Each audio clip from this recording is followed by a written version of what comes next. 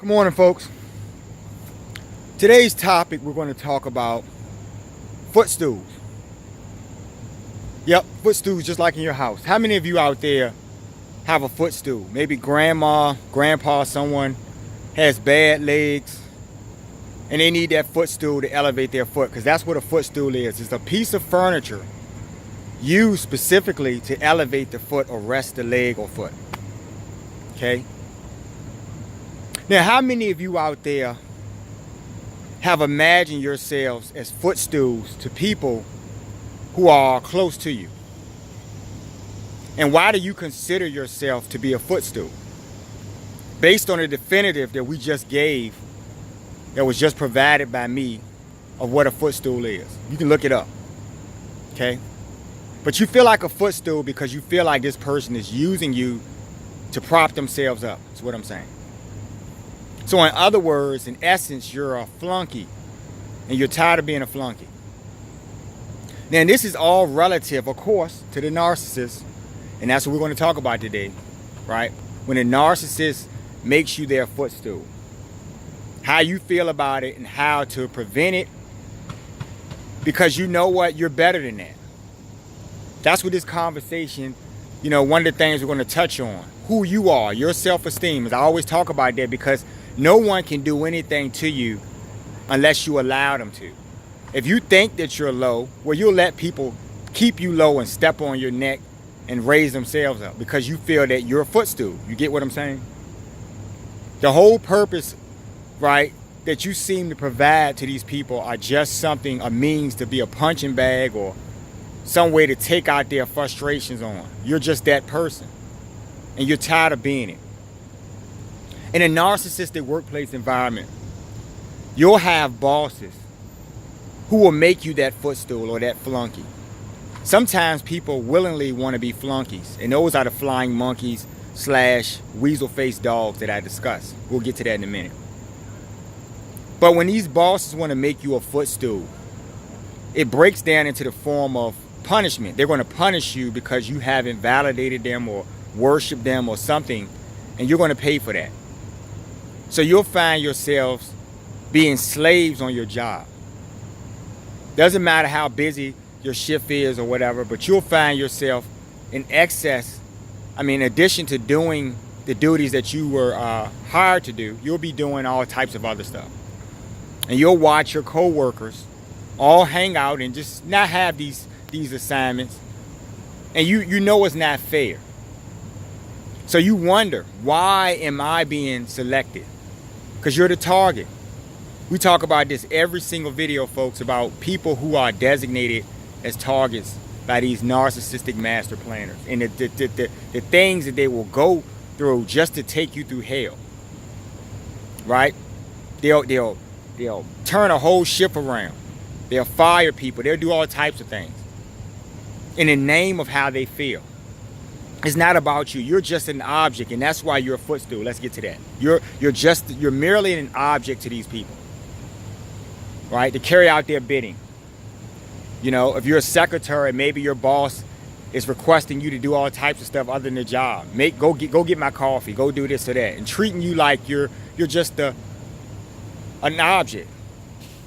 And that's not fair to you, because you are a person and you provide a lot for that company. Many of you out there, you're doing your jobs, you're going overboard, right? The extra mile, and you're not being appreciated for these things. Raise time comes around, the boss looks at you and you just don't get anything. You get that little 1%. While meanwhile, the flunky in the cubicle next to you, they got 5 or 6%. Because they were willing to be that flunky. You're not willing to be that. You shouldn't have to degrade yourself on any level to make someone else feel better because of their insecurities. So how does one stop this whole process? Well, from day one, when you come to a job, you need to assert yourselves. And I don't mean be disrespectful or standoffish or anything like that, because you want to show up that you can be a team player. But when you come to these jobs, if it's a narcissistic workplace environment, you're going to catch hell regardless if you're a justice empath. That's going to happen. You have no say-so in this. But how you deal. First of all, you don't want to let people get under your skin and you know, agitate you, because that's what they're doing. That's part of the meal. Part of the meal is getting you to react. Maybe you'll do something irrational and lose your job, and then that'll be really, really funny. You see? So you have to outsmart these people and be steps ahead, but assert yourself, right? You know, yeah, that boss can request you to do anything. You just do it. But you know, you kind of want to ask questions about what you're doing. So that boss is put on the spot and their feet is put to the fire, and they have to explain to you why they're willing to ask you to climb up on the roof and, you know, change the shingles or something, whatever. I'm just showing you that this stuff is unfair, and it happens way too often.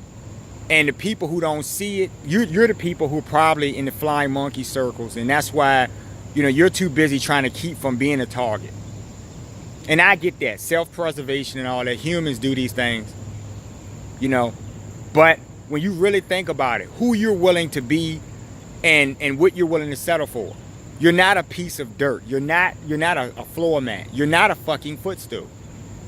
So people shouldn't expect that you're going to serve their biddings and be the flunky and do whatever they ask and request, no matter how unreasonable that is. And the shame of a workplace environment, a toxic workplace at that, is that these people are allowed to do whatever they want to do. You know? And the bosses who do these things, their days are not promised, and they walk around with all this authority because they don't have power. What is power? It's definitely not what they have.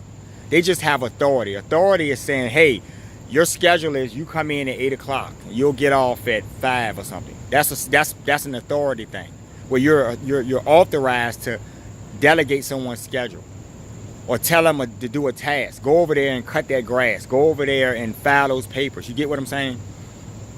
You're just an authority in that situation, but somehow you narcissists are so unhinged and just so crazy that everything is about what you want. You know, so you wake up and you plot and you go home at night and toss and turn in the bed thinking about and dreaming about how you're gonna, you know, disenfranchise someone the next day. And that's truly evil, and that's why I talk about the demoniac spirits that these people have, because obviously you're dealing with the devil here. Spirituality is important when we talk about mental health and we talk about behavior, because all of the mean, nasty, evil things and, you know, heinous things that have been done to people, those are deeds, and those are relative to the behavior of the person. You see? Happy people who are good in their spirits, they don't go around murdering people. You see what I'm saying, folks? So the demoniac spirits, because a demoniac is merely a demon taking residence in a person's body. And you'll look at these people and you'll say, I hate this boss, or I hate this coworker. And you really do hate them, right? You really do feel that deep resentment for them, because they treat you continuously like a footstool every single day of your life, that you see these people. And then they'll expect you to want to like them or to be willing to talk and be their friends and hang out in groups and stuff like that. And that's not something, you know, that you want to do.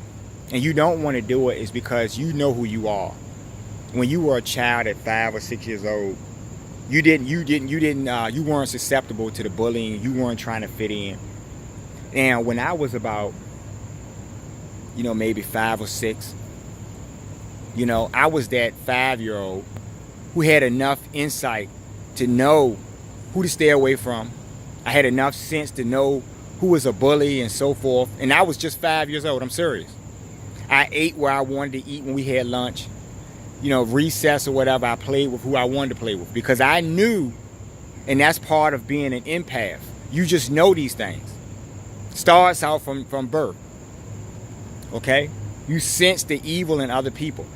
Now, my problem in a toxic workplace environment, because I'm going to wrap this up, got some stuff to do, is that I encounter evil every day. And that's the word I'm going to use to describe these demoniacs. You see them grinning and stuff, and which gets back to what I was saying about their days aren't promised. A lot of these people will do things to you thinking that they have all of this quote-unquote power, right? And this authority over you, and they can do whatever they want and enjoy punishing you and doing things to you as if they're higher than you your whole work career. And it's funny. But then one day they wake up and their legs don't work. Or one day they wake up and have a stroke or a brain tumor or any of these things. This happens to you. It's not funny then. Are you worrying about the game now? Huh? Is the game funny to you now? So you're sitting in a hospital room and laying in a hospital bed somewhere. Don't know if your day is promised the next day. Don't know how long you have. Don't know if the doctors can stop that clot or whatever that thing that's going on with you. Get that cancer under control. Whatever that may be. But I want you guys, and if you guys, you narcissistic bosses out there, if you haven't thought about your deeds, because see, many of you don't believe in highness. You really don't. And that is the rude awakening for your asses. 1 hour after you pass on. You get it. You realize it was all real all the time. It was always real. And you have no power. The money that you earn cannot save your souls, folks. And this is merely about who you want to be, like I keep saying. How you're treating people. This isn't about kumbaya all the time, but it should be somewhat. How you're treating people, what you're saying to people, what you're plotting on and doing every day. Those things are being watched, and you just don't get it. So you get your karma when something happens to you and your legs don't work, and it's not funny anymore. When those co-workers or those subordinates hear about your illness or something, what do you think they're thinking? They're not wishing anything harmful on you if they're good people. But they also recognize spirit, and they also recognize the universe and how karma works and all of these things. All they watch you do ever, the whole time that they have engaged you, was watch you do evil, low-level things to people. And enjoy those things with your cronies and stuff, and just sit back and pat yourselves on the back for such a great job of derailing someone until you get derailed. See? You people have to realize that you're someone, and you're not going to let low-level people, who are really the real low-level people, you're not going to let them step on you, folks. You're better than that. If you're at a job, and this is how we'll get to this quick part and I'll get off of this.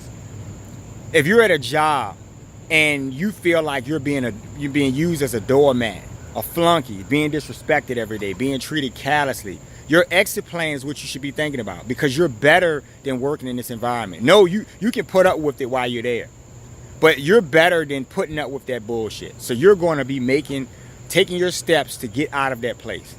Work for a place who's going to respect you, pay you properly, appreciate you as a human and an employee. Most narcissistic environments in this present day, I'm noticing that a lot of these jobs out here and these companies employ this atmosphere, right? They promote it. They employ it too, but they promote it because they're hiring people that are doing the shit. It's never funny when you're a victim and you're being tortured every day in different ways, and you're doing back-breaking work, and then they have another assignment, and another assignment, another assignment, another assignment, and no one else is getting all of this work but you. The goal of that is to either break you to the point where you just don't know where you're coming or going, or you just quit. There's karma for all of these actions, people. You're not all powerful. You just have a job. It's just a task. I keep saying that. And the stupid nature of a human being is to be given a job with quote unquote authority, not power, right? Power is being able to live for eternity. Power is being able to walk through a wall without having to contact the material surface. You get what I'm saying? You folks understand power. You see it every day, right? You are the same people who believe yourselves to be higher. You believe yourselves to be God or something, right? Now, the interesting thing about that is that you also understand that there are lower spirits, and I think that many of you people gravitate to those lower spirits, right? And you get your blessings from the devil, right? You go kiss up to demoniacs. They hook you up with a job or something, and then you're running in a demonic circle. hollering about God bless you. God didn't bless you. You're going to get your karma for rolling with those people. When they throw you under the bus or cut your throat, right? That'll be your karma. You never make deals with the devil and expect to have a good outcome of it, right? The devil, right? He's a liar. Everything he says is a lie. So if he tells you that he can do this for you, do that for you, don't you people have enough fucking sense to realize that he's always fucking destroyed things? You're stupid. And I'm going to call you stupid. Don't care if your feelings are offended, because you know what? When you're offending people in the world every day, it's all fun and games. All of your friends. I sat back for many, many years and looked at toxic environments of low-level people every day, and it was disgusting. It was disgusting to see how immature they were. It was disgusting to see how incompetent they were. You know, they needed validation, the insecurities, all of these things I saw with these quote-unquote power authorities. Right? You have the mind of a fucking 6-year-old child, but you get to be my boss. And when you have a day where you feel like being a 7-year-old, I have to deal with your 7-year-old antics, and I'm just a grown man doing my job. And that's why I work for myself, folks. I would recommend for those of you who have that spirit, go do that. Make enough money on this job. Use this job as a platform. You use this job as a footstool to build yourselves up. Get enough money saved up, and then you launch yourselves a company or a business. Right? Then you call the shots. Then you can employ good people, right? People who are willing to respect you, and you're going to give them respect in return. No flying monkeys on board. Rocket ships are outside for these people.